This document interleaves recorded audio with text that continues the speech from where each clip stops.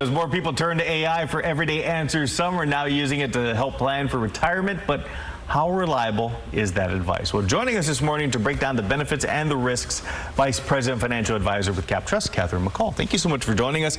As always, what a great topic, too. So AI is being used for so many things nowadays. So how can we use AI to help us with retirement planning? I think basic retirement planning, it does a decent job. I wouldn't call it fully thought out, but I would say if you are looking for something to tell you how much you need to save for retirement, this is a pretty decent idea.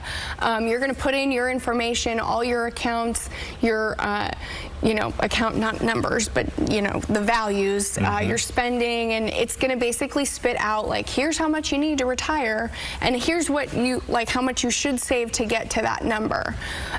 Basic level, useful and educational. I don't know that I would call that financial advice yet, though. Sure. Okay. So give us some of the technical drawbacks that you're seeing, again, at least in these earlier stages. Earlier stages, we cannot do tax planning with this, so it won't understand quite the discernment of like when we should take which asset and how, meaning when do we take Social Security, when do we pull from our IRAs versus our regular accounts, some of the optimization within the tax structure, particularly in your early years of retirement, it can't figure out.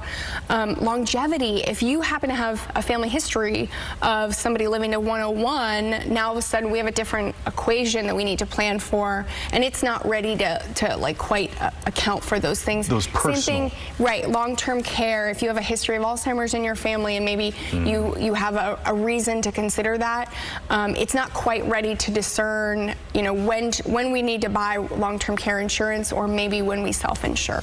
Okay, the technical side is one thing, but there's always an emotional side attached as well. Honestly, I think this is more important than anything else. I spend about I would say half the time managing my clients' emotions more so than the financial planning aspects itself. That's really more technical. The emotional planning around, maybe we have a health event, maybe the market is doing something that's freaking us out, big retirement decisions, a death in the family, a lot of these more squishy topics. Unfortunately, AI really just mirrors back our emotions. It's not ready to be that third party, like devil's advocate voice of like, here's another side of this argument. Yeah, the processing speed's not there yet. Right. So those are difficult conversations that I don't think a human can be replaced with. I really do believe that that's important.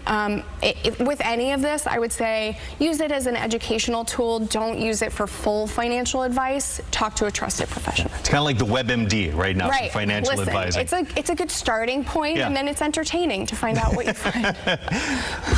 You can go down the rabbit hole. Right, be careful, be careful. All right, Kathryn, thanks so much.